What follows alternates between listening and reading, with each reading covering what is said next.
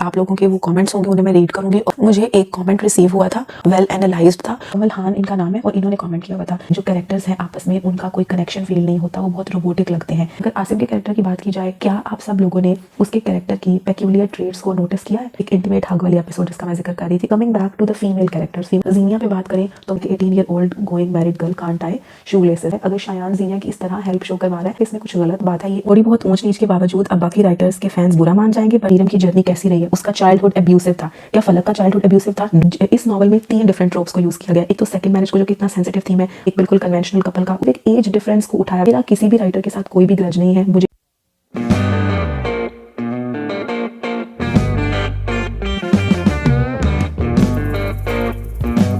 अस्सलाम वालेकुम, कैसे आप सब लोग? आई होप आप लोग बिल्कुल ठीक होंगे, रिव्यूज़ को एंजॉय कर रहे होंगे। Thank you so much guys, you are literally showing such a positive feedback और आप लोग बहुत अच्छा रिस्पांस दे रहे हो।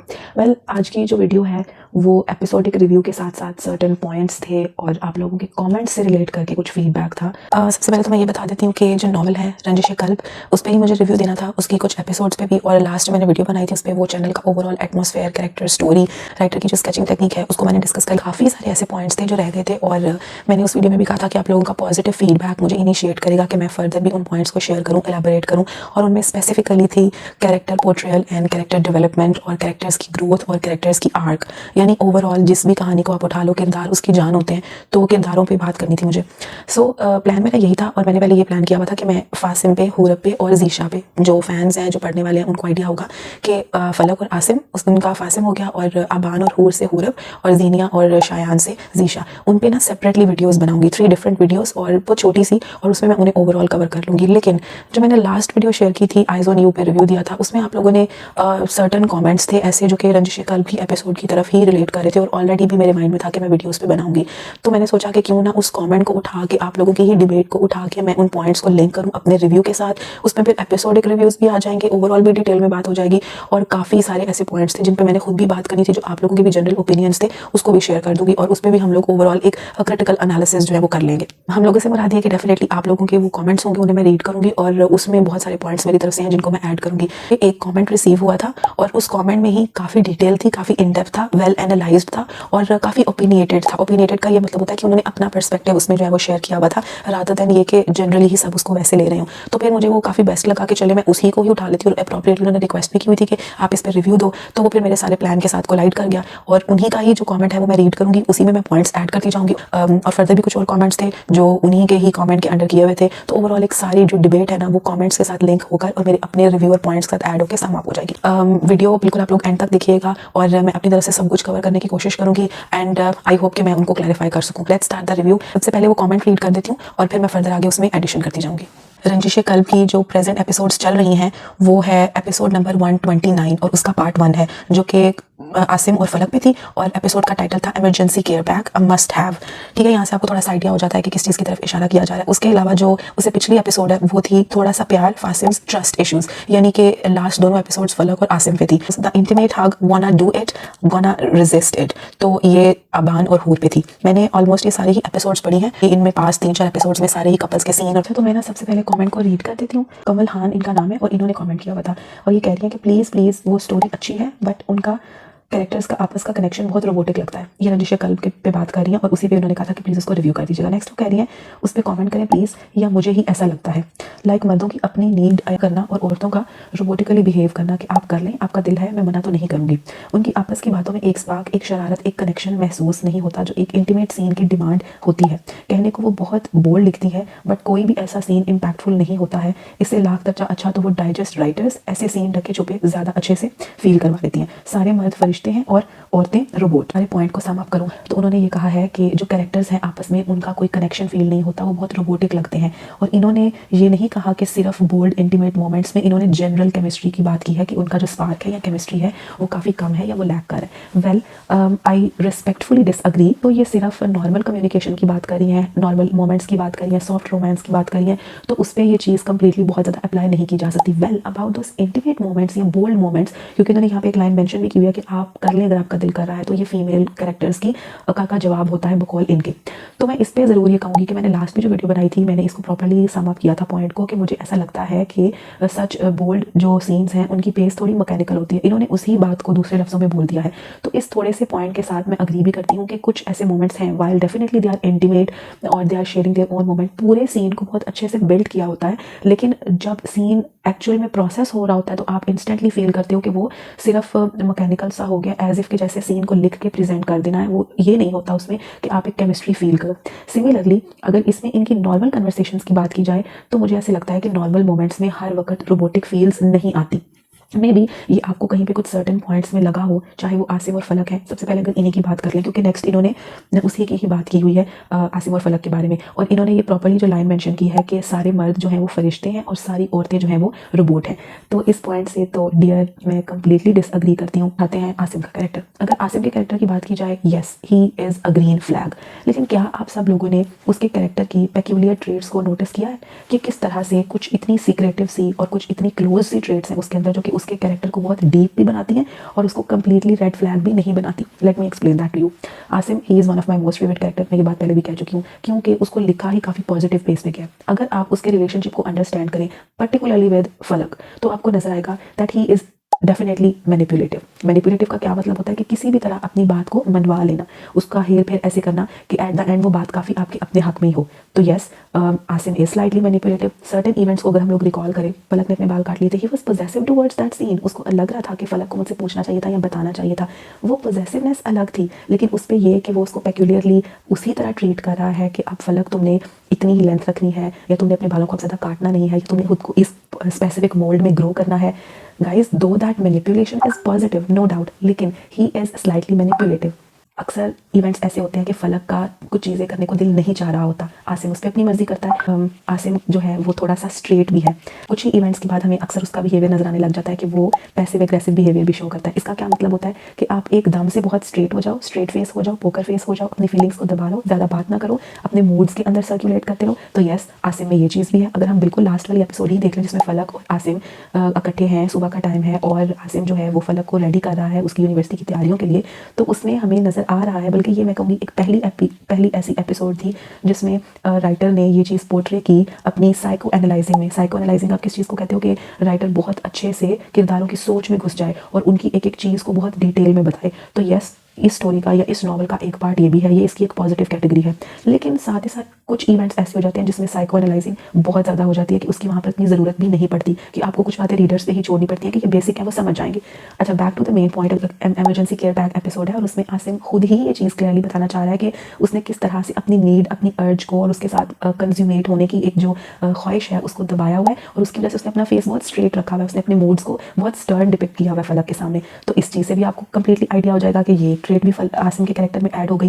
फिर अगर आप उसको अपने सारे रिलेशनशिप्स के साथ देखें, वो एक मैच्योर गाय है, नो डाउट, वो एल्डर कज़न है, नो डाउट, लेकिन साथ ही साथ वो अपनी मामा के साथ, अपनी बहन के साथ, फलक के साथ, इवन अपने कज़न्स के साथ, अपने फ्रेंड्स के साथ, वो हर एक रिश्ते में उनको समझाने के साथ कहीं ना कहीं बात को इस तरह प्रेजेंट करता है कि वो पॉजिटिवली कंट्रोलिंग लगती है, कि सब उसको उस बात पे आसिम पे रिलाई कर रहे होते हैं कि अगर उसने ये बात इस अंदाज में कही है तो वो घर का बड़ा बच्चा है या वो सुलझा हुआ है, तो वो जो बात कह रहा है वो काफ़ी हद तक बेहतर होगी।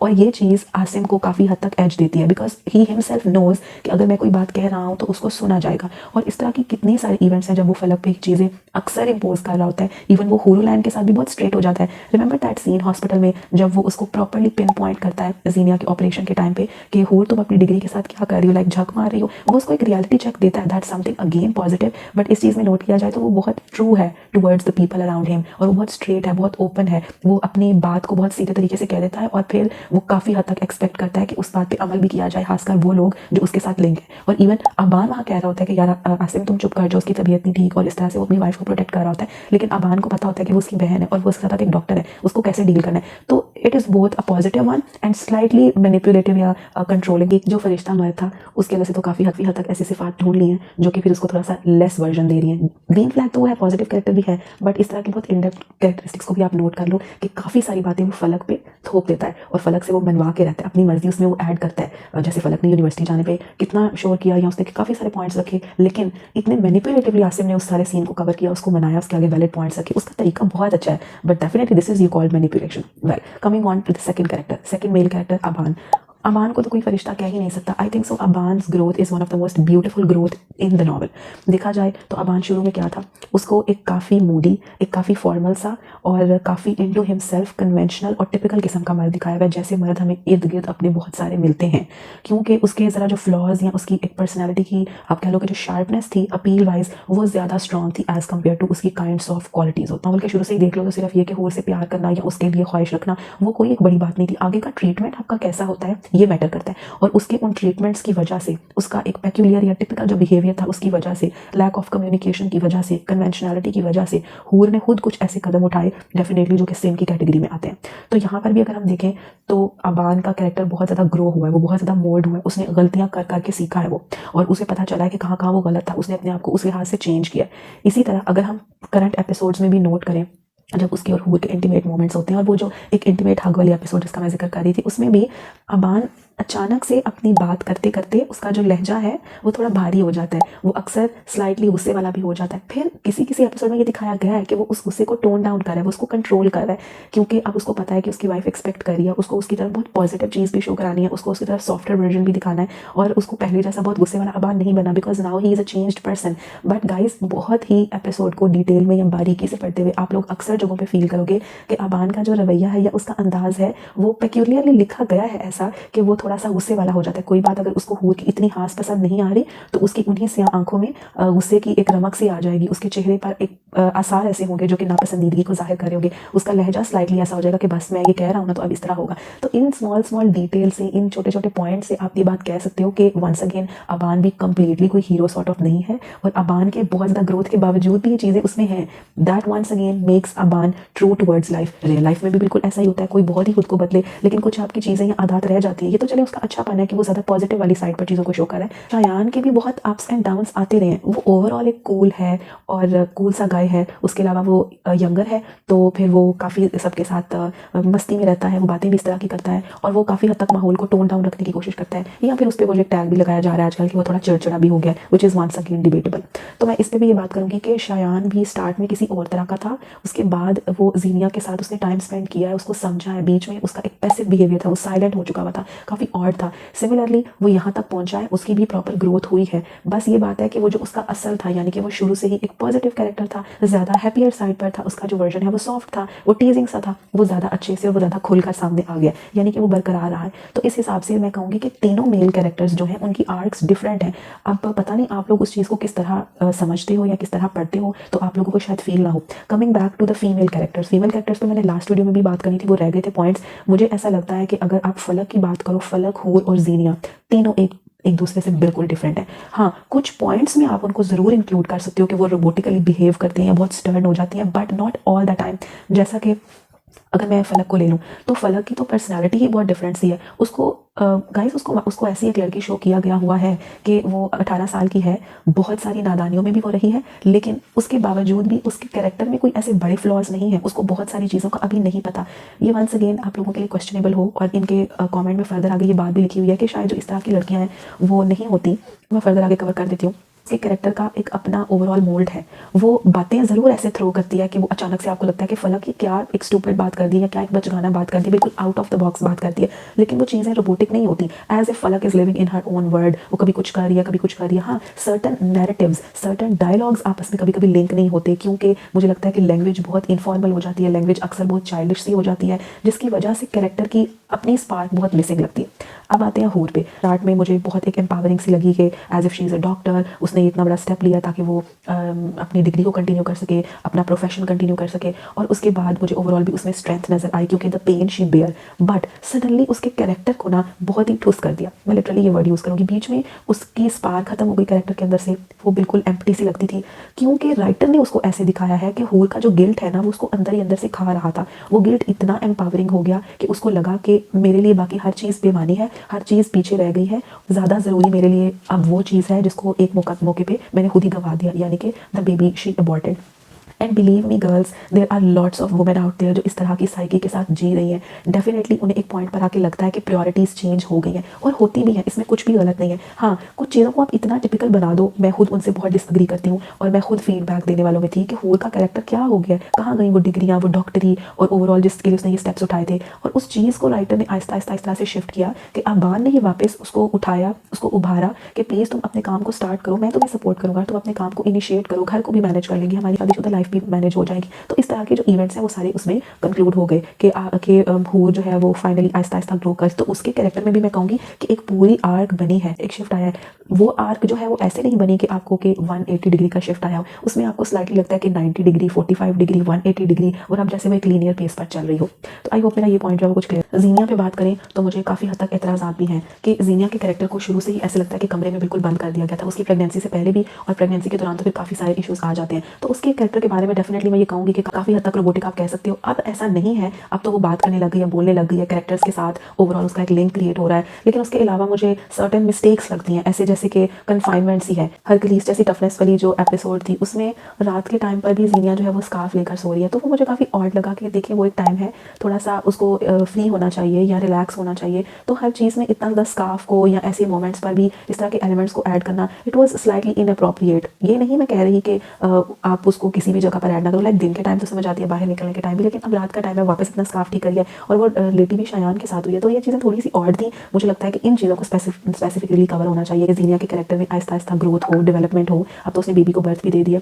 मैं इनका कमेंट पूरा पढ़ दूँ, उसके बाद मैं फर्दर भी जीनिया के बारे में कमेंट्स ऐड करूँगी। से अच्छा तो जो है वो डाइजेस्ट राइटर्स लिख लेती हैं, इस तरह के ढके छुपे सीन्स वो लिख लेती हैं। डाइजेस्ट को रीडिंग दी हुई है, बहुत सारे डाइजेस्ट मैंने पढ़े हुए हैं, उन पर बहुत सारी स्टोरीज पढ़ी हुई हैं। तो मुझे नहीं लगता कि डाइजेस्ट राइटर्स और जो ये यूट्यूब पे आने वाले नॉवेल्स हैं इनका बोल्ड सीन्स को लेके इतना खास कंपैरिजन हो सकता है, क्योंकि जो डाइजेस्ट है उसमें आप काफ़ी रोमांटिक और काफ़ी ओपन सीन्स को लिखते हो, लेकिन उनका बहुत बोल्डर वर्जन नहीं होता। यूट्यूब पे ज़्यादा बोल्डर वर्जन है, तो एक तो ये थोड़ा सा कंपैरिजन उस सेंस में भी ऑड है। सेकेंडली, डाइजेस्ट राइटर ने ओवरऑल लफ्ज़ों को लिखा ऐसे जाता है ढके छुपे अंदाज से कि वो आपको एक फील दे देते हैं, जबकि इस नॉवल में रंजिश कल्ब में रोमांस लिखते हुए या बोल्ड सीन्स लिखते हुए मुझे तो प्रॉपर लगा है मोस्टली जगहों पर कि खुल के सारा कुछ लिखा हुआ है। उसने मोस्टली जो है वो मोस्टली बॉडी पार्ट्स को नुमाया किया हुआ है, और जब भी वो एक प्रॉपर एक्ट चल रहा है उनका कंज्यूमेशन एरोटिक एक्ट, उसको बहुत प्रॉपरली लिखा हुआ है। वो चीज़ें और उन बॉडी पार्ट्स को मेंशन किया हुआ है, ओवरऑल एक सीन क्रिएट किया हुआ है, लफ्ज़ बहुत अच्छे यूज़ किए हुए हैं उर्दू वोकैबुलरी में। लेकिन उसको नरेट करते हुए ज़रूर मैं कहूँगी कि केमिस्ट्री या स्पार्क कम हो जाता है। लेकिन डाइजेस्ट जो राइटिंग्स हैं उनमें सिस्टर बिल्कुल डिफरेंट फील होती है, और जो ये वाले नॉवेल्स हैं इनकी फील बिल्कुल डिफरेंट है। तो मुझे ऐसा नहीं लगता कि बोल्ड सीन्स लिखते हुए इनको आप कह सकते हो कि इससे बेहतर वो लिख लेती हैं, या डाइजेस्ट वाले जो हैं वो ज़्यादा अच्छा लिख लेते हैं।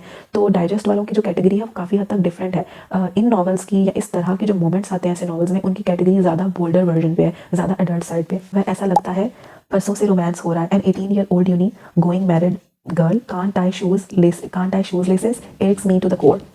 नेक्स्ट आगे ये लिखा हुआ है, ठीक है आपको हीरो को बहुत जेंटल एंड ग्रीन फ्लैग दिखाना है, बट ये ज़रूरी नहीं है कि हीरोइंस डंप हो विदाउट एनी कैरेक्टर आर्क। क्या एक हाईली ओपिनियटेड लड़की जो कि the world around her don't deserve a gentle green flag hero.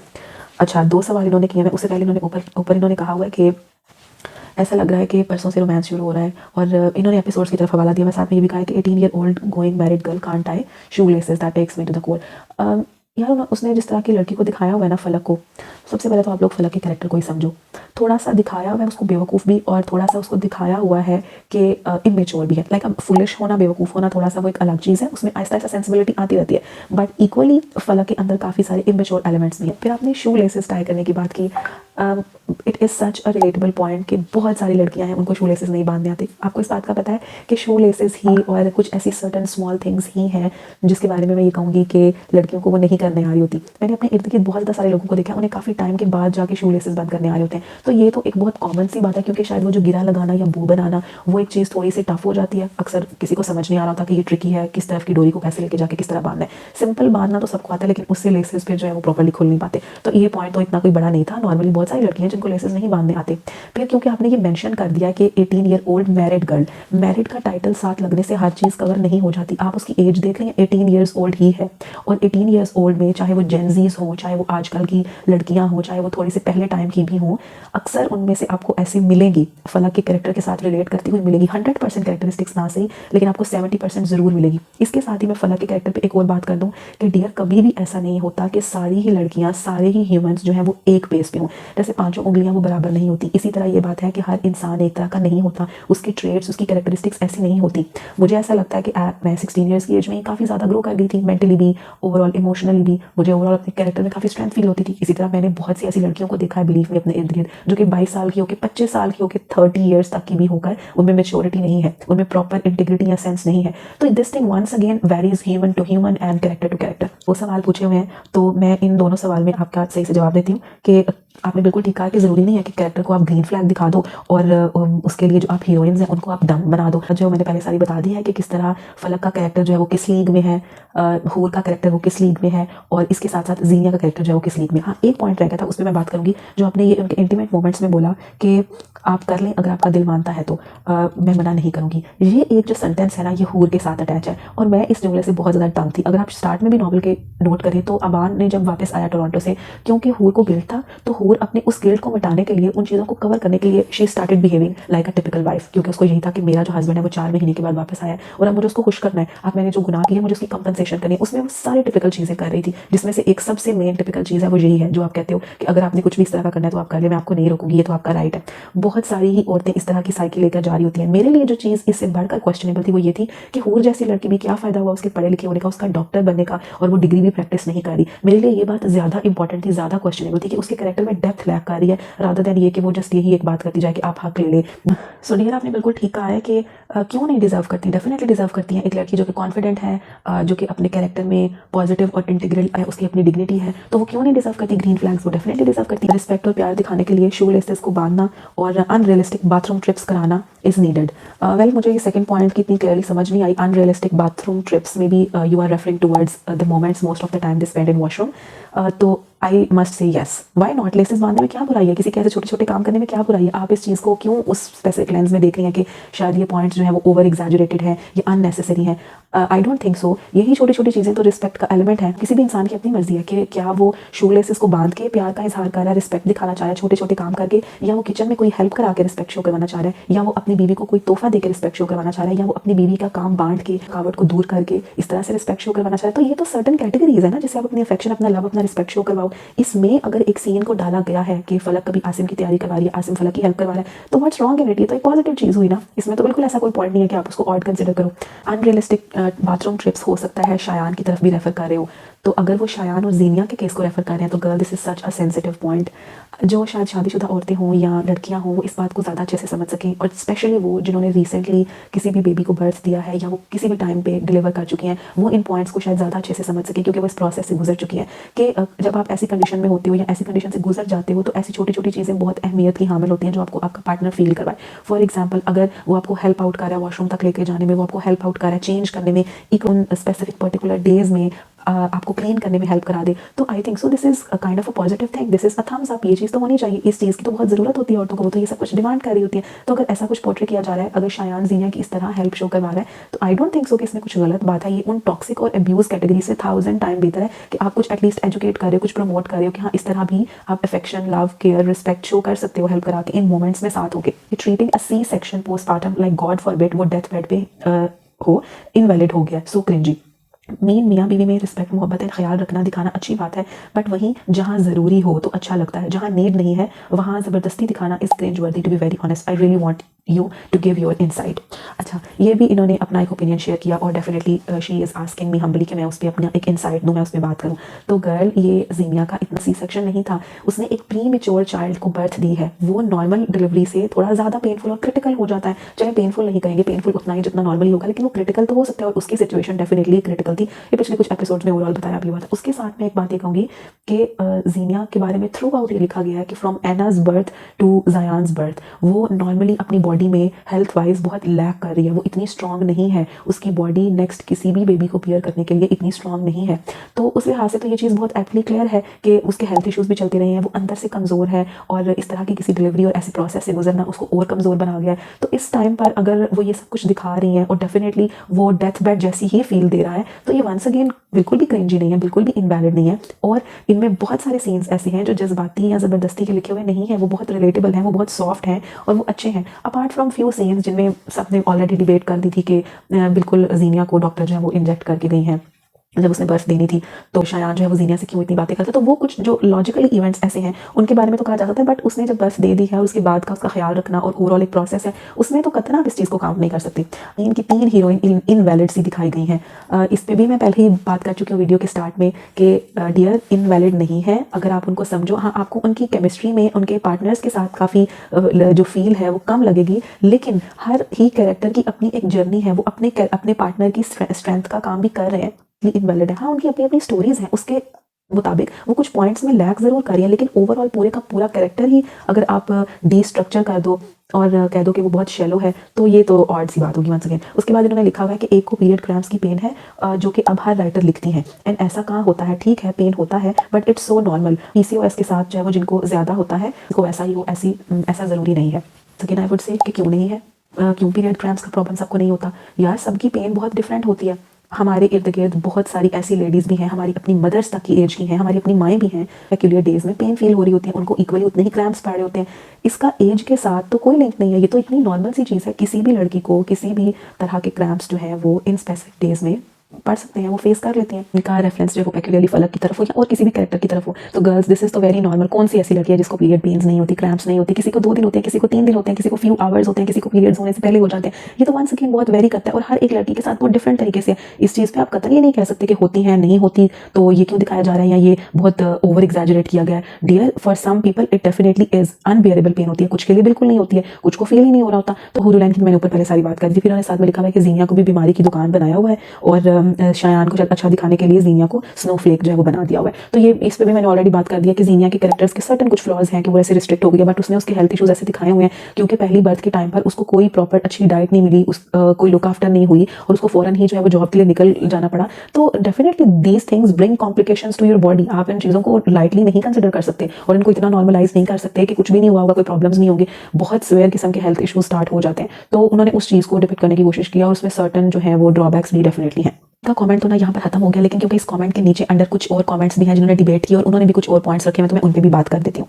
यहाँ अस्कर 12 उन्होंने ये लिखा हुआ है, हाहा that colourful pointers got me, bag में पैड्स, यूनिवर्सिटी जा रही थी फलक या 9th क्लास का पेपर देने के लिए। स्ट्रेट सा सीन होता है, इंटीमेसी का भी फील ही नहीं होता कि कुछ हो रहा है। सी सेक्शन भी वो तब जब ऑलरेडी एक बच्चा हो, तो 2 दिन चल फिर के छोटे छोटे काम बच्चे के शुरू हो जाते हैं। वॉक होती है, अजीब स्लो और अजीब डिटेल्स हैं जो ना भी ऐड हो तो ज़रूरी नहीं है, कुछ समझ नहीं आती। Number 1, why those colourful pointers got you? I being an MPhil student, मैं लेकर जाती हूँ पॉइंटर्स अपने साथ, इसमें क्या ऑड बात है? आपने लेक्चर्स नहीं नोट करने होते, आपने पढ़ना नहीं होता? तो कलरफुल पॉइंटर्स का मतलब ये होता है कि आपने 3 से 4 डिफरेंट कलर्स के पॉइंटर्स रखे हैं, वो आपको हर स्पेसिफिक पॉइंट को नोट करने के लिए आप उनको जॉट डाउन कर लेते हो कि ये कलर इस चीज़ को स्पेसिफाई करे। बैग में pads, it's a very good and a positive point कि बैग में ज़रूर होने चाहिए। यूनिवर्सिटी में कितनी ही लड़कियाँ कॉलेज में स्कूल में एक दूसरे से मांग रही होती हैं, आए दिन किसी ना किसी को ये मसला बना होता है, तो ये चीज़ तो आपके बैग में होनी चाहिए। और अगर फलक और आसिम के सीन के साथ इसको रिलेट किया जाए तो आसिम ने स्पेसिफिकली उसे कहा क्योंकि तुम्हारी डेट कुछ ही दिनों में आने वाली है और उसको पता था कि फलक थोड़ी है भी लापरवाह, तो मैं ये चीज़ उसके बैग में रख देता हूँ, which is such a positive gestures. कहाँ करते हैं मर्द इस तरह की चीज़? तो अगर ऐसा कुछ दिखाया जा रहा है तो इसमें नथिंग और कुछ टॉक्सिक और अब्यूज तो नहीं है, एटलीस्ट कुछ पॉजिटिव चीज़ है, उसको नॉर्मलाइज किया जा रहा है कि इस तरह से अगर कोई एक एज डिफरेंस पोर्ट्रे हुआ है कि फलक छोटी है बहुत और आसिम बहुत बड़ा है, तो उस चीज़ को नीटली पोर्ट्रे किया हुआ है कि आप उसमें अपनी बीवी पे बजाय हर वक्त का कंट्रोलिंग बिहेवियर शो करने के उसको इस तरह की चीज़ों में हेल्प आउट कर सकते हो, लाइबिलिटी दे सकते हो। क्यों हमेशा जो है वो औरतें ही मर्दों को हर चीज़ के लिए तैयार कर रही होती हैं, ऑफिस जाने के लिए किसी भी जगह पे अपने इर्द गिर्द देखते हो यही चीज़ जब एक मर्द जो है वो अपनी बीवी के लिए कर रहा है, जब अबान ने हूर के लिए थोड़ी तैयारी की, आसिम जो है वो फलक के लिए कर रहा है, तो इसमें कुछ भी और ऐसा नहीं है। फिर इन्होंने ये कहा है कि स्ट्रेट सा सीन होता है इंटीमेसी में, इस पे मैंने पहले भी बहुत डिटेल में बात की है और ये मेरा राइटर को भी एक हम्बल मैसेज होगा कि आप प्लीज़ अपने नॉवल में जब इस तरह के सीन्स पोर्ट्रे कर रही हैं तो उनको काफ़ी फ्रीली लिखें, उनको बहुत ज़्यादा मैकेनिकल ना बनाएं, उनको एक स्ट्रेट पेस पर ना बनाएं, उनके अंदर टिपिकलिटी ऐड ना करें, बल्कि कैरेक्टर्स के अंदर एक स्पार्क और एक केमिस्ट्री इग्नाइट करें जो कि आपने ओवरऑल अक्सर सीन में बिल्ड किया होता है लेकिन पेक्यूलियर मोमेंट्स में लैक कर रहा होता है। तो ये बात तो इनकी ठीक है।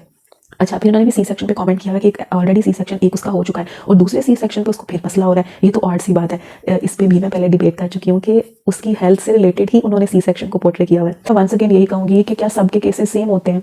कॉम्प्लिकेशंस आप नहीं कहते हो कि कॉम्प्लिकेशंस आ गई हैं, कुछ प्रॉब्लम्स आ गए और जीनिया के साथ वही हुआ है। उस चीज़ को राइटर ने अपनी तरफ से लिखने की कोशिश की है और भी वही की हुई है कि स्टोरी तीनों कपल्स की अच्छी है लेकिन लिखने के अंदाज में स्पार्क नज़र नहीं आता। फिर जो कंवल है उन्होंने इस पर कमेंट किया हुआ है कि एग्जैक्टली उन डिटेल्स की नीड ही नहीं है जो वो देती है। It does not add to the story, it just make female characters are rock.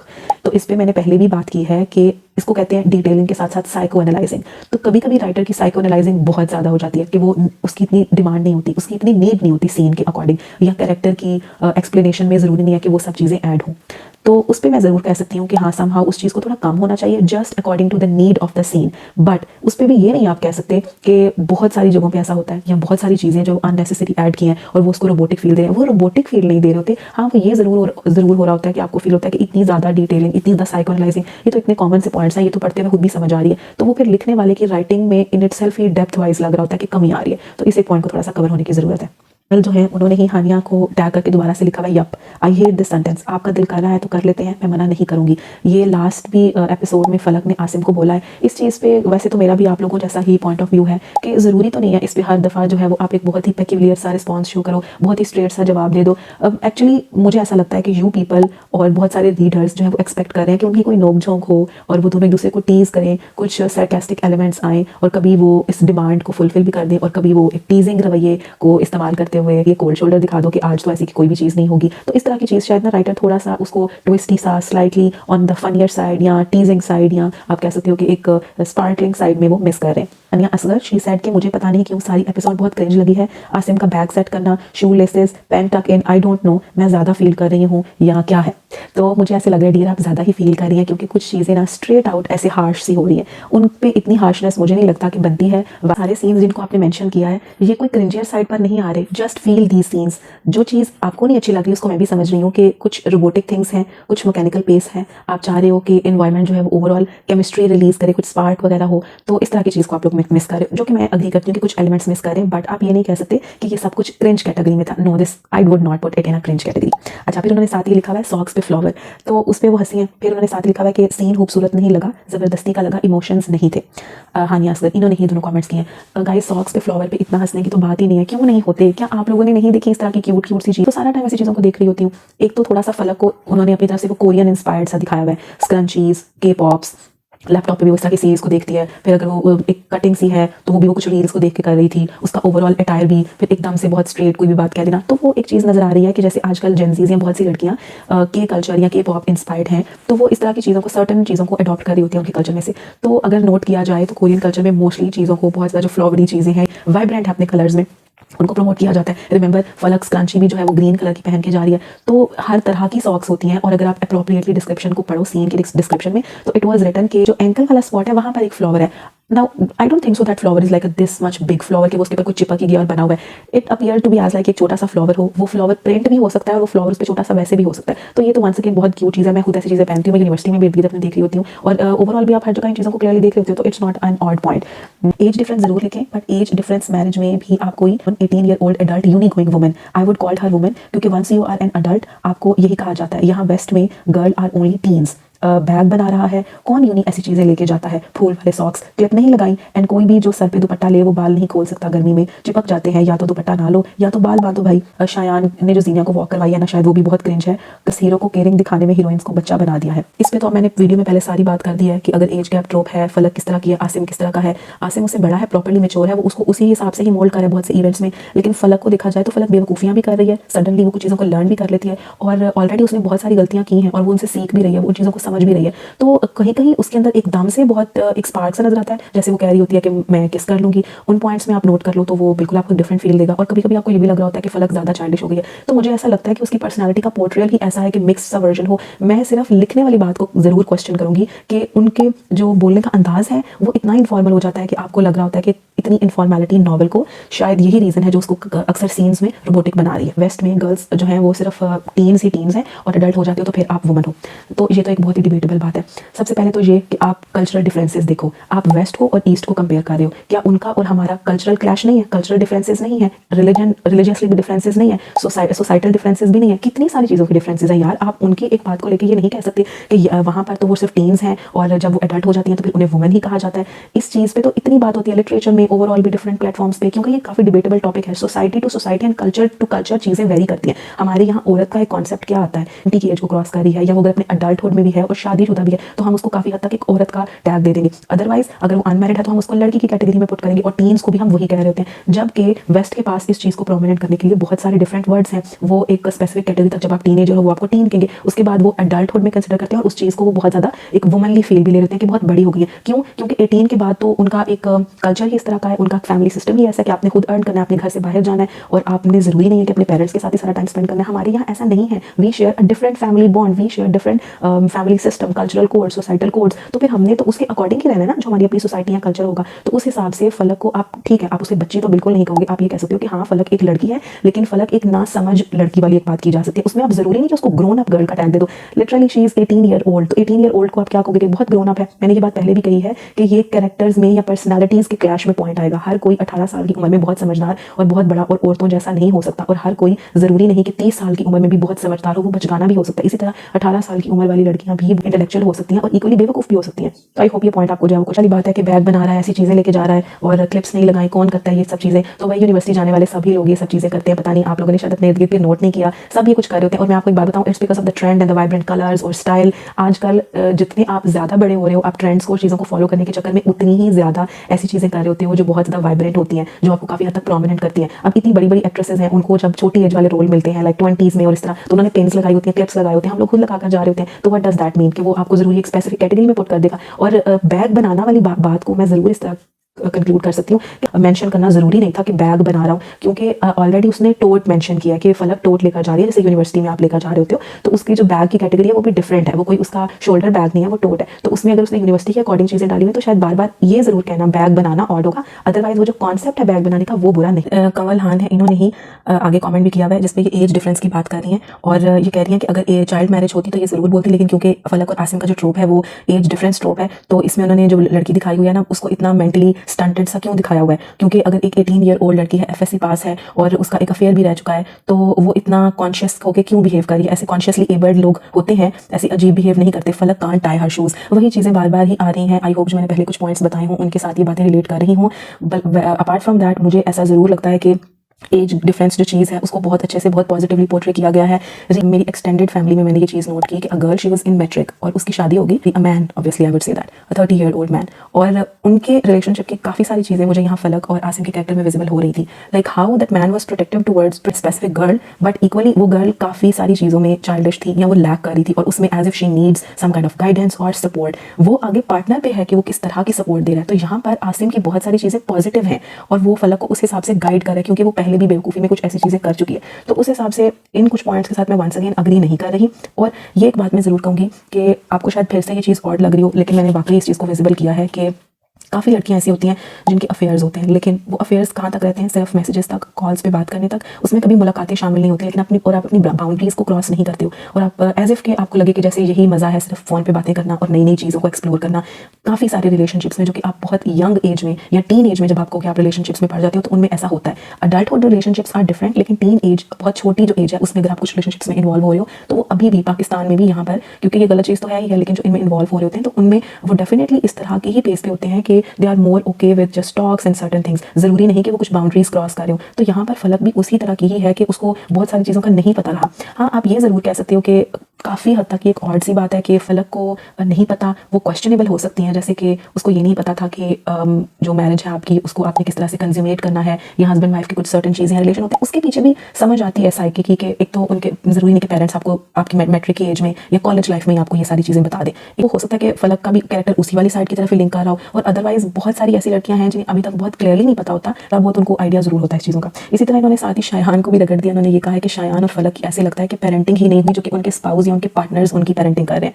I don't know how you analyse this thing, कहाँ से आपको ऐसे लग रहा है कि कंप्लीट पेरेंटिंग हो रही है। यार शायान तो इतना स्वीट सा एक हस्बैंड दिखाया, वो ऐना के साथ इतना प्यार कर रहा होता है, तो वो उसके साथ कंप्लीटली एक बाप से भी बढ़कर अच्छा किरदार अदा कर रहा है। वो उसका सगा बाप नहीं है, लेकिन वो उसके साथ उससे भी बढ़कर प्यार कर रहा है, और जीनिया की वो नीड्स का ख्याल रख रहा है, उसकी ओवरऑल केयर कर रहा है, एक चीज़ को लिंक कर रहा है। वो कहाँ पर अपनी लाडियाँ दिखा रहा है, और वो कहाँ पर कुछ ऐसा डिमांड कर रहा है जिसमें स्पाउजल पेरेंटिंग आ जाएगी। No, this is such an odd point, ऐसा बिल्कुल भी नहीं है। फलक को जरूर आसिम बहुत सी जगहों पे गाइड कर रहा है, और ये बहुत अच्छी बात है, क्योंकि जितने भी एज डिफरेंस मैरिजेस हैं, जो कि एक वाकई ही हकीकत है, हो रहा होता है, उसमें आप एक खौफ के साथ जो है वो लाइफ में स्टेप करते हुए आपको लग रहा होता है कि मे बी ये एक बड़ा इंसान है, तो पता नहीं किस तरह का बिहेवियर, और उस पर आसिम अगर उसको ऐसे अच्छे तरीके से ट्रीट कर रहा है, उसको गाइडेंस दे रहा है, उसकी हेल्प कर रहा है, उसको अच्छी बातें बता रहा है, उसको राह दिखा रहा है, उसको ट्रस्ट जो है वो सिखा रहा है खुद पे, अपने आप पे, और उस पर शो कर रहा है, तो ये सारी तो पॉजिटिव क्वालिटीज़ हैं। इसमें अगर वो कहीं ना कहीं पेरेंटिंग जैसा फील हो भी रहा है तो इट्स अ पॉजिटिव पॉइंट, इसमें नेगेटिव तो कुछ भी ऐसा नहीं है, क्रिंजी तो कुछ भी नहीं है। और शायान के पार्ट पे तो मैं कहूँगी कंप्लीटली डिसअग्री, जीनिया कुछ भी ऐसा नहीं करी जो स्पाउजल पेरेंटिंग में आ रहा हो। शायान अपनी लाडियाँ जरूर शो कर रहा होता है, वो किसे शो करेगा, वो डेफिनेटली अपने पार्टनर को शो करेगा, जीनिया को। वंस फर्स्टली वो उसकी मोहब्बत है, और सेकंडली वो उसके साथ एक हलाल रिश्ते में, तो अच्छी बात है, वो उसी को अपनी लाडियाँ दिखाएगा, उसी के साथ ये सब कुछ करेगा, उसी के साथ एक हेल्दी बॉन्ड बनाएगा। स्पाउजल पेरेंटिंग तो मुझे बिल्कुल भी समझ नहीं आ रही कि वो कैसे है। इनफैक्ट आई वुड से कि वो है ही नहीं। एक और है सारा बतौर ने लिखा हुआ है, आई ऑल्सो अग्री, स्टार्ट में डिफरेंट राइटिंग स्टाइल की वजह से अच्छा लगता था, but now there is too much repetition, almost similar scenes in every episode, similar dialogues by all the heroes, heroines, ऐसा लगता है स्टोरी में है ही नहीं, सिर्फ हीरोज की स्टोरी है। इनकी एक बात के डायलॉग्स सिमिलर हैं, डायलॉग्स रेपिटेटिव हैं, ये बात तो ऐसा मुझे कहीं पर भी नजर नहीं आया। चंद एक डायलॉग्स के अलावा वही वाला कि जैसे आपको कि अगर आपको ठीक लग रहा है तो आप कर लें, अगर आप करना चाहते तो मैं मना ना करती, आपने करना है तो आप कर लें, इस तरह के डायलॉग्स के अलावा वो भी होर के कैरेक्टर के साथ ज़्यादा अप्रोप्रिएट बैठेंगे। अदरवाइज मुझे इतना तो कहीं पर भी नहीं ऐसा फील हो रहा कि आपको कि डायलॉग्स रिपीट हो रहे हैं, सीन्स रिपीट हो रहे हैं। और सीन्स आपको पता है क्यों रिपीट हुए लग रहे हैं, क्योंकि सारे नॉवल में एक मंडेन रूटीन है, यानी आम रोजमर्रा की जिंदगी, आम रोजमर्रा के काम दिखाए हुए हैं, तो वो काफ़ी सारी चीज़ें सिमिलर हो जाती हैं, इस वजह से वो आपको सिमिलर लग रही है। नॉवल इस सेंस में आपको जो है थोड़ा सा ड्रैगिंग लग रहा हो कि आम ही हालात और चीज़ों को दिखाया जा रहा है, क्योंकि नॉवल में और कुछ है नहीं, सिंपल स्टोरीज हैं, सारे कपल्स को एक क्लोजर मिलना है, फैमिली बॉन्डिंग और फैमिली सिस्टम और फैमिली बेस्ड नॉवल है, उसमें डिफरेंट कपल्स को शो किया हुआ है और उनके स्पेसिफिक ट्रोप्स हैं जिसको राइटर पोर्ट्रे करना चाह रही हैं। तो मुझे ऐसा नहीं लगता कि सीन्स बहुत ज़्यादा रेपिटेटिव बेस पे नहीं है, वो उनकी रूटीन की वजह से रेपिटेशन जैसा जरूर फील हो रहा है। और हीरोज को डेफिनेटली ज़्यादा वर्थ मिली हुई है, ज़्यादा हाइप लगती है, उनमें स्पार्क जरूर ज़्यादा है, ये बात मैं बिल्कुल मानती हूँ, मुझे खुद ऐसा लगता है। हीरोइंस जो है या फीमेल कैरेक्टर्स हैं, प्रोटैगनिस्ट हैं, उनकी उतनी डेप्थ नहीं है कैरेक्टर में, लेकिन यही कहा जाए कि वो कंप्लीटली ही रोबोटिक है या वो बिल्कुल ही लैक कर रही है, तो ये भी एक निगेटिंग पॉइंट होगा। जो कमल हान है उन्होंने एक और कॉमेंट किया हुआ है, थोड़ी बहुत ऊंच नीच के बावजूद अब बाकी राइटर्स के फैंस बुरा मान जाएंगे, but they should learn from her के एज डिफरेंस कैसे लिखते हैं। Learn from her means KG, जो जिनका आइज ऑन यू है, जिसको मैंने रिव्यू किया था, क्योंकि ये उस वीडियो के अंदर ही कमेंट्स थे। Meeram is an innocent character but she is not naive और अनपढ़ और 1947 का मॉडल। मियां बीवी पेरेंटल रोल में क्यों है, इसी को ही आगे मैं लिंक कर देती हूँ एक और कमेंट के साथ। उन्होंने इन्हीं के रिप्लाई में लिखा हुआ है, हानिया असगर ने, मैंने कहना ही था कि मीरम ज़ावियार का ऑफिस सीन कितना रियल था। फलक मीरम से 3-4 साल छोटी होगी, बट कितने रियल सीन थे ऑफिस रेडी होके जाने के, not exaggerated, not repetitive, scene में घुस जाए बंदा। और फिर साथ उन्होंने लिखा हुआ है कि डिटेल्स होती हैं बट एक भी लाइन स्किप नहीं होती। जो मेन ज़ावियार मीरम के सीन होते हैं स्पॉट ऑन होते हैं, एनर्जी वाइब्स फीलिंग सब हो रहा होता है, बचगाना फीलिंग नहीं आती। हालांकि मीरम इज इनोसेंट, लाड भी होते हैं बट फिर भी क्रिंजी नहीं। दो कमेंट्स को मैंने इसलिए लिंक किया क्योंकि इसमें काफ़ी सारी बातें ऐड हो जाएंगी, और जो मेरा एक बहुत मेन पॉइंट है मैं उसे भी लिंक कर दूंगी। सबसे पहले तो मैंने जितनी भी पीछे डिटेल दी है, आई होप वो काफ़ी हद तक सेटिस्फाई रही हो, और वो लिंक उसने कोई लिंक क्रिएट किया हो इन सब चीज़ों से। फिर से मैं वही बात करूंगी, ज़ावियार और मीरम अलग कैरेक्टर्स हैं, आसिम और फलक अलग कैरेक्टर्स हैं, और उसमें भी अगर आप कंपैरिजन कर रहे हो मीरम का और फलक का, two people can't have same personalities, और फिर बेशक वो सेम एज में ही क्यों ना हो, और इनकी तो यहाँ पर एज भी डिफरेंस है, जैसा कि उन्होंने खुद भी मेंशन किया है कि मीरम कुछ साल ही बड़ी है, लेकिन फिर भी मीरम का कैरेक्टर बहुत और तरह से है। आप लोगों ने मीरम की ओवरऑल जर्नी देखी है कि मीरम की जर्नी कैसी रही है, उसका चाइल्डहुड अब्यूसिव था, क्या फलक का चाइल्डहुड अब्यूसिव था? नो, फलक तो एक इंतहाई पैम्पर्ड चाइल्ड थी, वो तो घर में सबकी लाडली रही है। इसी तरह मीरम उसको एक किस्म की दर की ठोकरें खानी पड़ी है, उसने बहुत सारी चीज़ों को उस तरह लर्न किया। फलक को क्या हुआ, फलक के लिए सबसे बड़ी ठोकर ये थी कि साइम हमदानी जिसे वो प्यार करती थी या वो जो उसकी इन्फैचुएशन था वो उसको नहीं मिला, और आसिम से उसकी शादी हो गई, और फिर उसके बाद उन चीज़ों को उसने और तरह से रिकवर किया। फिर वो सीन पे जब उसने आसिम का ख्याल रखा, तो इस तरह से कुछ कैरेक्टर्स हैं उनका आपस में कंपैरिजन नहीं बनता, आपने उनके पीछे से जर्नी देखनी होती है, आपने उनकी आर्क देखनी होती है कि वो किस तरह कहाँ तक ग्रो हुए हैं। फिर सिमिलरली बहुत से सीन्स ऐसे भी हैं, जैसे आपने कहा ना कि मीरम भी लाड उठवाती है, तो यानी अगर फलक लाड उठवा रही है तो वो क्रिंजीनेस में आएगा, लेकिन अगर मीरम लाड उठवा रही है तो वो स्वीट वर्जन में आएगा। तो गाइज आई वुड डेफिनेटली से this is a very narrow lens जो आप लोगों ने सेट कर लिया हुआ है। मेरा रिव्यू देने का पर्पस ये भी जरूर होगा कि जो अच्छे पॉजिटिव कैरेक्टर्स हैं, अच्छी रीडिंग्स हैं नॉवेल्स को लेकर, आप उनको एक स्केल पे रख के जज ना करें कैरेक्टर्स को लेकर। और मैंने साथ ये टैग जरूर लगाया कि जो फ्रेश अच्छे फीलिंग्स हैं, रोम कॉम्स हैं, रोमांस हैं, बोल्ड नॉवेल्स हैं, मैं क्रिंजी और टॉक्सिक वर्जन्स की बात नहीं कर रही जो कि ऑलमोस्ट सारे सिमिलर पेस पर ही हैं। आपने कैरेक्टर्स को देखना होता है कि ओवरऑल उनकी जर्नी कैसे थी, वो स्टोरी में किस हिसाब से फिट हो रहे हैं, तो तब हम उनका कंपैरिजन करें। जरूरी नहीं कि हर इंसान एक ही तरह का हो, उसमें सारी ट्रेड्स जो है वो सिमिलर हो। बाकी मैं इस बात से डेफिनेटली अग्री करती हूँ कि स्पार्क जो है वो कम है, थोड़ी रोबोटिक फील आती है, कुछ सीन्स मैकेनिकल पेस पे होते हैं। लैंग्वेज इनफॉर्मेलिटी में बार बार कहती हूँ, ये चीज़ मुझे काफ़ी ज़्यादा लगती है, जो कि मुझे लगता है कि एक मेन रीज़न है काफ़ी सारे सीन्स के पीछे, जो वो उसको बहुत मैकेनिकल और स्ट्रेट बना रहे होते हैं। There are so many things उनका मीरम को पता ही नहीं था, वो हर चीज़ को गूगल पे सर्च कर रही है, या अगर ज़ावियार कुछ बोल रहा है तो वो उसको सर्च कर रही है, तो that thing doesn't count into this category के वो भी तो एक पॉइंट ऐसा ही था कि मीरम को भी काफ़ी सारी बातों का नहीं पता, वो हर नई चीज़ को देख रही है, सीख रही है, पूछ रही है, उसका अंदाज़ मुख्तलिफ है। फलक का डेफिनेटली उसके अकॉर्डिंग अंदाज़ मुख्तलिफ है। मैं यहाँ पर एक बात को बहुत ज़्यादा ईजिली क्लियर करूँगी, आप लोगों ने, पढ़ने वालों ने ना शायद अपने माइंड में सेट कर लिया हुआ है कि हर चीज़ जो है वो बहुत ज़्यादा आइज ऑन यू जैसी ही होगी। मेरा किसी भी राइटर के साथ कोई भी ग्रज नहीं है, मुझे आइज ऑन यू के साथ भी एक अलग तरह का ही प्यार है। रंजिश कल भी एक ऐसी स्टोरी है जिसको मैं अच्छी स्टोरीज में ही काउंट करूँगी, और मैं इन दोनों राइटर्स के हवाले से ये बात समाप्त करूँगी कि कभी कभी ऐसा होता है कि एक स्पार्क नज़र आ रही होती है राइटर्स में, और आपको लग रहा होता है कि वो अच्छा ग्रो करेंगे, या वो आगे जाके और मजीद बेहतर होंगे, या उनमें ये स्पार्क या पॉजिटिविटी है कि वो ऐसे कैरेक्टर्स को लिख सके। इसलिए मैं कोशिश करती हूँ कि आप लोगों को वो सारे पॉइंट्स विजिबल करवा सकूँ, ताकि आप लोगों को क्लियर हो जाए कि बहुत सारे अच्छे कामों में भी बहुत सारे ड्रॉबैक्स हो सकते हैं, और बहुत सारा कोई आम काम भी बहुत अच्छा हो सकता है। ये सिर्फ आप लोगों ने किसी भी चीज़ को डीपली एनालाइज करना होता है, उसको कैरेक्टर को, स्टोरी को, दोनों को लिंक करके समझना होता है। तो इस तरह से आप ये बिल्कुल भी नहीं कह सकते कि सारी की सारी डिमांड आप लोगों को मीरम और ज़ावियार जैसी करनी है। मीरम और ज़ावियार अपनी ही लीग में अच्छे हैं, फलक और आसिम अपनी ही लीग में अच्छे हैं, बाकी सारे कैरेक्टर्स भी, क्योंकि एक ही राइटर के लिखे गए 3-4 कैरेक्टर सारे डिफरेंट होते हैं। और सिमिलरली रंजिश कल में भी इसी तरह ही है कि डिफरेंट कैरेक्टर्स को पोर्ट्रे किया हुआ है। ये आपने लेंस सेट करना है कि आपको लगे कि हाँ, माइनर ही सही, कहीं ना कहीं हमें डिफरेंस जरूर विजिबल हो रहा है। बात को जरूर कहूंगी जो कि शायद मैं ये सारी डिबेट को समाप्त कर सके। कल में 3 डिफरेंट ट्रोप्स को यूज किया गया। एक तो सेकंड मैरिज को, जो कि इतना सेंसिटिव थीम है, मुझे यूट्यूब पे कहीं पर भी ये चीज़ उस तरह नजर नहीं आई जैसे इस नॉवल में डिपिक्टेड थी। इतना मैच्योरली और इतना डिटेल में चीज़ों को कवर किया गया है, और वो भी अगर कोई बहुत प्रॉमिसिंग राइटर हो, न्यू हो अपने इस तरह के काम में, और यंग भी हो, और वो ऐसी चीज़ों को डिपिक्ट करे, तो I must say one should encourage her. फिर उसके साथ साथ सेकंड ट्रोप था एक बिल्कुल कन्वेंशनल कपल का, उसको भी कन्वेंशनलिटी से उठा के ग्रोथ तक का एक सफर दिखाया हुआ है, वो बहुत अच्छी चीज़ है। फिर एक एज डिफरेंस को उठाया हुआ है जो कि बहुत कॉमन है, लेकिन सब इसका जो पोर्ट्रेल है वो बहुत नेगेटिव और बहुत टॉक्सिक वर्जन में करते हैं, और आई मस्ट से कि ये एक उसका हेल्थियर वर्जन था। आसिम और फलक में उसका एक सॉफ्ट और पॉजिटिव फील हो रहा होता है। कहा जा सकता कि एक पेक्यूलियर कैरेक्टर है, आप उसको अपने माइंड में सेट कर लो। मुझे मीरम के इतने सारे फ्लॉज नजर आते हैं, बहुत सारी ऐसी ब्लंडर्स या मिस्टेक हैं उस नॉवल में, उस कैरेक्टर के साथ भी हो जाते हैं। इस वीडियो में ही मेंशन किया था कि मीरम आधा घंटा छत पे नंगे पांव खड़ी है ठंड में, उस चीज़ का क्या लिंक बनता था। इसी तरह अगर आप ऑफिस सीन को याद करो तो मीरम 2 दफ़ा चाय ऑर्डर करती है, पहली दफ़ा भी नहीं पीती, और ज़ावियार के साथ दोबारा ऑर्डर करती है, तब भी नहीं पीती। लाइक व्हाट वाज दैट, मुझे कुछ चीज़ों की उसकी समझ नहीं आ रही होती। फिर घर में भी अक्सर वो चाय पे चाय बनाई जा रही है। तो ऐसी बहुत सारी चीज़ें हैं जो ऑडिटी में डाल सकती हैं अच्छे कैरेक्टर्स को भी, और कुछ ऐसी चीज़ें सिंसियरली होती हैं जो कि आपको कैरेक्टर की फील ऑड ज़रूर दे रही होती हैं, या वो आपको एक सेट पैटर्न में ज़रूर लग रही होती है, लेकिन अगर आप उसको इन डेप्थली उसको अंडरस्टैंड करो तो आपको फील होगा कि ओहो, सर्टेन रीजंस थे जिसकी वजह से कैरेक्टर को ऐसी शेप दी गई है, ऐसा मोल्ड क्रिएट हुआ है। तो मेरी ये बात शायद आप लोगों को हेल्प आउट कर सके कि आप लोग जीनिया को, हूर को और फलक को थोड़े से डिफरेंट लेंस से देखो, कैरेक्टर्स को समझो, स्टोरी में जो पॉइंट्स हैं उनको समझो, और ओवरऑल ये देखो कि सीन्स किस तरह से लिंक कर रहे हैं, उनमें पॉजिटिविटी है, उनमें टॉक्सिसिटी नहीं है, but still there is so much that needed to be improved character wise भी। जिन सीन्स पे आप लोगों ने कुछ अपने पॉइंट्स शेयर किए वो भी, और ये सारी बातें काफ़ी डिबेटेबल थी। आई होप आप लोगों को इन बातों से कोई बाइस्ड फील नहीं आई होगी। मैंने अपनी इनसाइट को आप लोगों तक क्लियरली विजिबल किया, जो पॉइंट्स मुझे जिस तरह से लगे मैंने उन्हें क्लियर किया। आप लोगों ने मुझे कमेंट्स में ज़रूर बताना है कि ये सारी डिबेट आप लोगों के लिए हेल्पफुल थी, आप लोग मेरे पॉइंट से कितना अग्री करते हो, और आप लोग क्या चीज़ों को इस तरह से देख रहे हो। I have tried my best कि मैं आप लोगों को बहुत फेयरली और बहुत न्यूट्रल होकर सारे पॉइंट्स अंडरस्टैंड करने में हेल्प आउट कर सकूं, और मुझे बहुत अच्छा लगा कि आप लोगों ने खुद भी इसको इतना डिबेट की इस पर, और आप लोगों ने इसको इतना डिस्कस किया। आप लोगों ने काफ़ी सारे पॉइंट्स जो हैं वो निकाले, और मैंने फर्दर उस पर डिबेट की, उस पर अपना रिव्यू दिया। तो थैंक्स टू यू गाइज। आप लोगों ने बिल्कुल भी इस चीज़ से बुरा नहीं बनाना कि आप लोग कॉमेंट्स करना छोड़ दो, या आप लोगों को लगे कि मैं आप लोगों को स्पेसिफिकली टारगेट कर रही हूँ या हार्श थी। आप लोगों के कमेंट्स मुझे बहुत अच्छे लगे, और क्योंकि आप खुद कहा था कि इन पे रिव्यू दें और इन पे अपनी इनसाइट जो है वो शेयर करें, तो सारे पॉइंट्स जो कि लॉजिकल थे और लिंक थे, और जो मुझे लग रहे थे मैंने उनको एज एन ओपिनियन और रिव्यू उसमें काउंट कर दिया। आप लोग इन सारे पॉइंट से कितना अग्री करते हैं, कितना डिसअग्री करते हैं, ये सब मुझे कमेंट में ज़रूर बताइएगा। वीडियो ऑलरेडी बहुत लंबी हो चुकी है, और आहर पे एक और कमेंट ज़रूर ऐड करूँगी। It is by YII2023। उन्होंने ये लिखा हुआ है कि हमना का वैसे लिखने का अंदाज़ बहुत अच्छा है, नीट है, बाकी यूट्यूब राइटर से मे बी नेक्स्ट नॉवल में ज़्यादा अच्छा हो जाए, सब पहले नॉवल के हिसाब से बहुत ज़बरदस्त है, मुझे भी फील होता है। बट जब अलीशे नूर को पढ़ती हूँ तो एहसास होता है कि हमना इज़ टोटली डिफरेंट, एंड उनकी जो अप्रोच है टुवर्ड्स जेंटलमैन वो बहुत डिफरेंट है। थोड़ा रिस्पॉन्स अच्छा हो राइटर का तो मुझे लगता है सबसे आगे जा सकती हैं ये राइटर। ये अलीशे नूर ने तो दिमाग का फलूदा बना दिया है पकड़ के। ऐसे में केजी और हमना को पढ़ के रिलीफ मिलता है। तो मुझे इनका कमेंट भी काफ़ी अच्छा लगा, क्योंकि इन्होंने ओवरऑल एक काफ़ी पॉजिटिव बात की है। मैं अगर एंड पे वीडियो को समाप्त करूँ तो मैं यही कहूँगी कि गाइस आप लोग ये भी तो देखें कि कुछ ही ऐसे राइटर्स हैं जो कि बहुत पॉजिटिव काम कर रहे हैं, अच्छा कर रहे हैं, और बिल्कुल जब किसी इंसान का कोई पहला काम होता है उसकी लिखने का अंदाज़, वो काम करने का अंदाज़ बहुत डिफरेंट होता है, और आहिस्ता आहिस्ता ही चीज़ों में ग्रोथ आती है।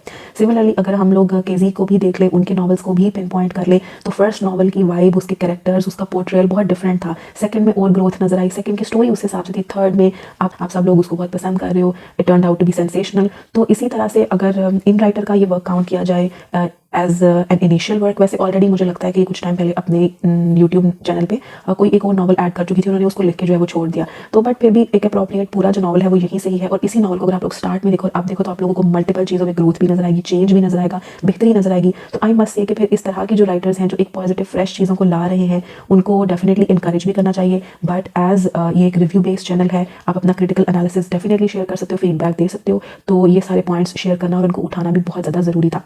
बस आई वुड से कि आप लोग कंपैरिजन में ना पड़ जाया करें, हर राइटर की एक अपनी जगह होती है, और अगर कोई अच्छा काम करे तो आप उसको उस हिसाब से देखा करें। और जैसे इन्होंने मेंशन किया कि अलीशे हैं, नूर हैं, कुछ और सर्टन राइटर्स हैं, या यूट्यूब पे आने वाले मैक्सिमम जो एक पेस है वो बहुत टॉक्सिक और बहुत एब्यूज़ और बहुत क्रिंजियर साइड पर सेट हो गई है, और वो लोग इन चीज़ों पे गलत भी नहीं खुद को कंसिडर करते, एडमायर कर रहे हैं और उनके एडमायरर्स बढ़ते ही जा रहे हैं, जो कि आपको काम ही एक बहुत शैलो प्रोवाइड कर रहे हैं, सब स्टैंडर्ड, और ऐसा जो आपकी साइकोलॉजिकल हेल्थ को इम्पैक्ट करे। तो सो वो कम्प्लीटली एक नेगेटिव कैटेगरी में पुट कर सकते हो। और उनके साथ अगर इस तरह के अच्छे राइटर्स के काम को कंपेयर किया जाए तो ये आपको एक फ्रेश फील और पर्सपेक्टिव देंगे, और इसके साथ आपको पढ़ के एटलीस्ट और कुछ नहीं तो बर्डन या टेंशन सी फील नहीं होगी। But still a thumbs up for all the points that you guys put up. I hope मेरा रिव्यू आप लोगों को जेन्युइन लगा होगा। नेक्स्ट जो है वो अलीशे पे भी वीडियो बनाऊंगी, मैं ऑलरेडी इसमें बता रही हूँ क्योंकि कमेंट्स आए हुए थे और काफ़ी डिबेट भी हो रही थी, तो नेक्स्ट वीडियो मैं उस पर बनाऊंगी। आप लोग इस वीडियो के नीचे अपना जेन्युइन फीडबैक और रिव्यू ज़रूर शेयर कीजिएगा।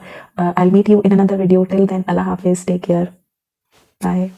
ऑल्सो वीडियो को ज़्यादा से ज़्यादा शेयर करें ताकि मैक्सिमम लीडर्स वो चीज़ों को इस तरह से समझें, और वो अपना क्रिटिकल फीडबैक भी यहाँ पर शेयर करें। और do give my video and channel a thumbs up and follow my channel. अल्लाह हाफिज़।